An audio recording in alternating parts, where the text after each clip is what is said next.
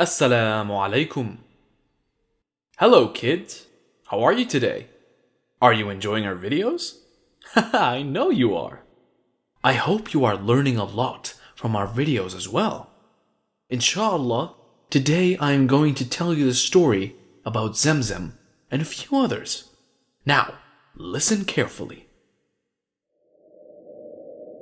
In the last episode, we saw that Prophet Ibrahim alayhi salam left his wife and son in the middle of a desert. The Prophet did so as commanded by God. The place where he had left them was called Al-Marwa, and it was so barren that there was no vegetation and no water anywhere in sight.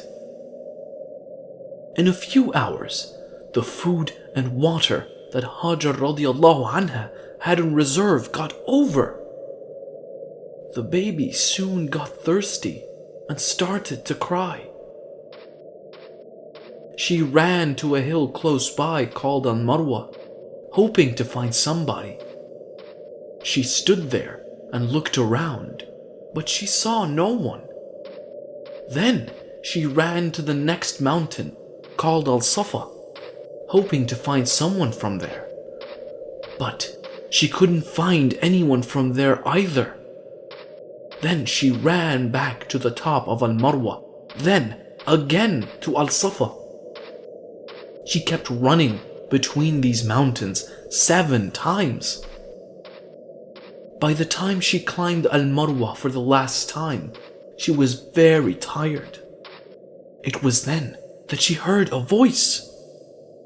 She kept quiet and waited to hear the voice again.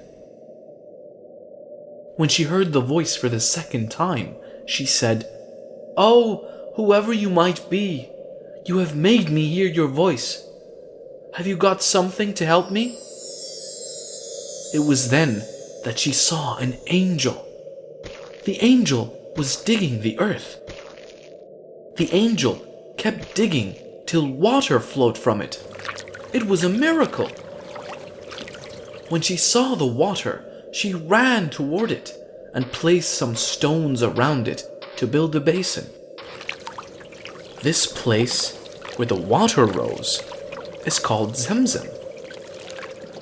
Hajar radiallahu anha didn't go anywhere else and stayed at Zamzam. Many days had passed. One day, a few people were traveling through Mecca when they saw the birds flying around Al-Marwa. They knew the birds were there because of the water. The men were surprised to find a woman there. She was holding a baby too. "Shall we stay here and use this water, please?" they asked her. Hajar agreed, and they drank water from the Zamzam. Many others arrived at Al-Marwa, and some of them eventually settled down there.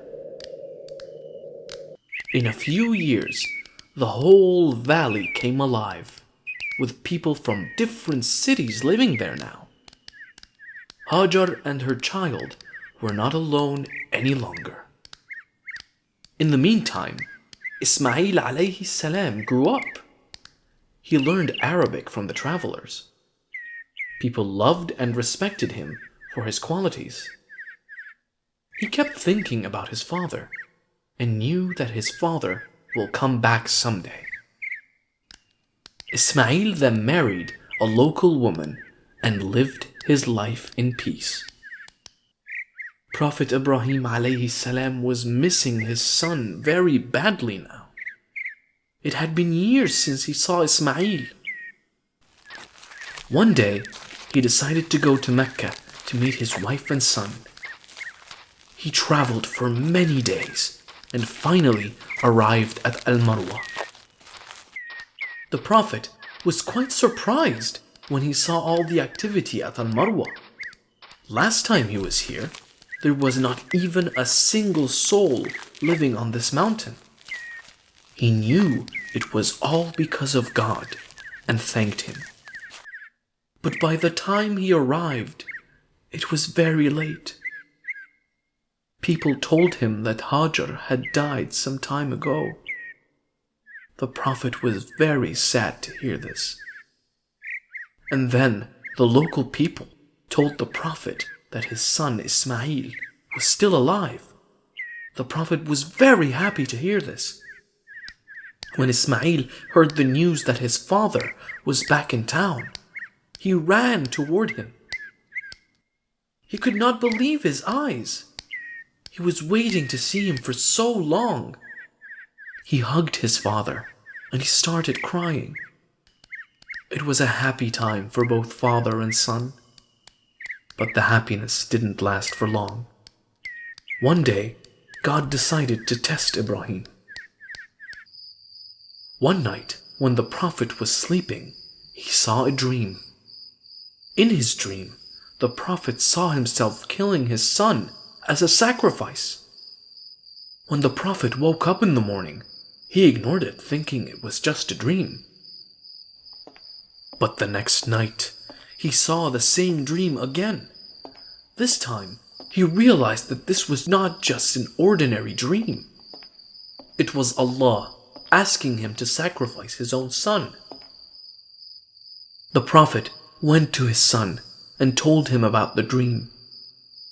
Ismail understood that it was an order from Allah. He was a man of faith and realized that he has to comply. Do what Allah has asked you to, he told his father. The next day, the Prophet took a rope and a knife and set out for Mount Arafat, along with his son. Upon reaching the top of the mountain, Ismail asked his father to tie his hands and legs so that he may not struggle during the sacrifice. The Prophet obliged and tied his hands and legs. Then he blindfolded himself so that he won't have to watch his son suffer. Then he raised his knife for the sacrifice. But then, suddenly, he heard a voice. The voice asked him to stop the sacrifice and told him that this was just a test. The Prophet was relieved. His son was going to be alive. They hugged each other and cried tears of joy, for they had just passed a difficult test from Allah subhanahu wa ta'ala. Ismail alayhi salam joined his father in preaching to the people. They spoke about Allah and called people to Islam. One day, Allah ordered the Prophet to build a house for worship. The Prophet told his son that Allah had ordered him to build the Kaaba, and Ismail replied, "Do what your God has ordered you to do." They soon started building the foundation of the Kaaba. Ismail alayhi salam helped by carrying the stones, while Prophet Ibrahim alayhi salam built the house.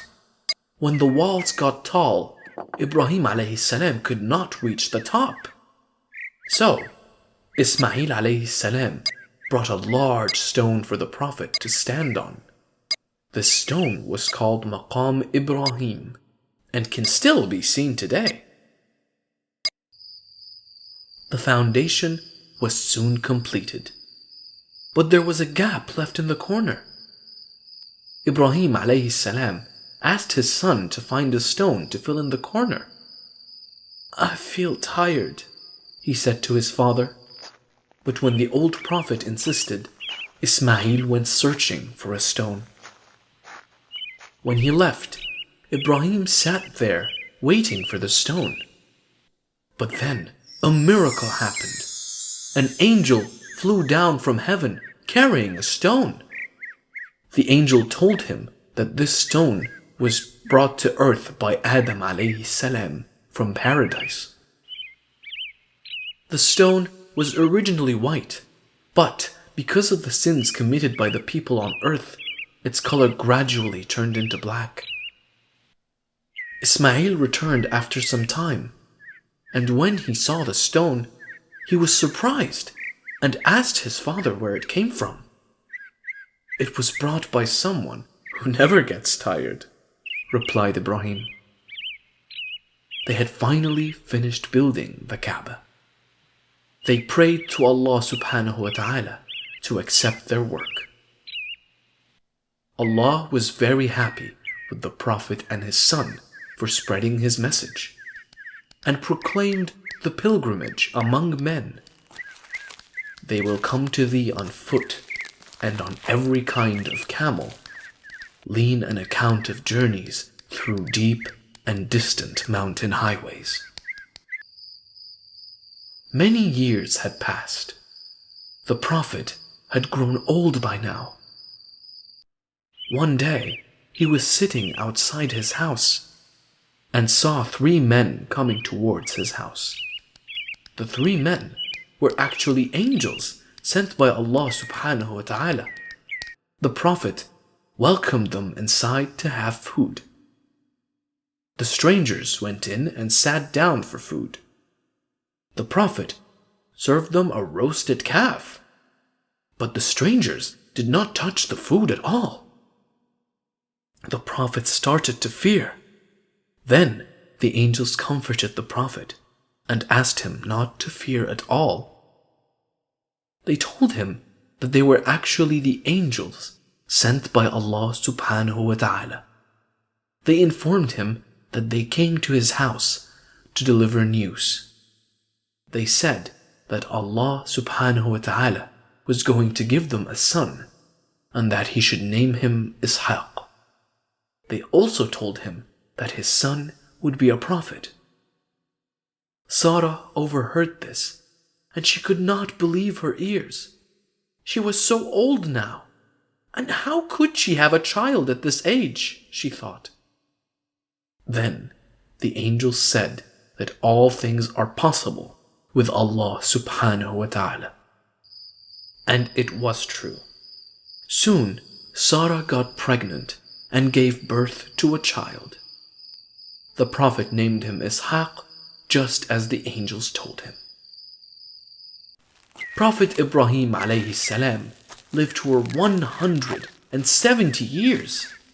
He lived a life full of trials, but he had a strong faith in Allah subhanahu wa ta'ala.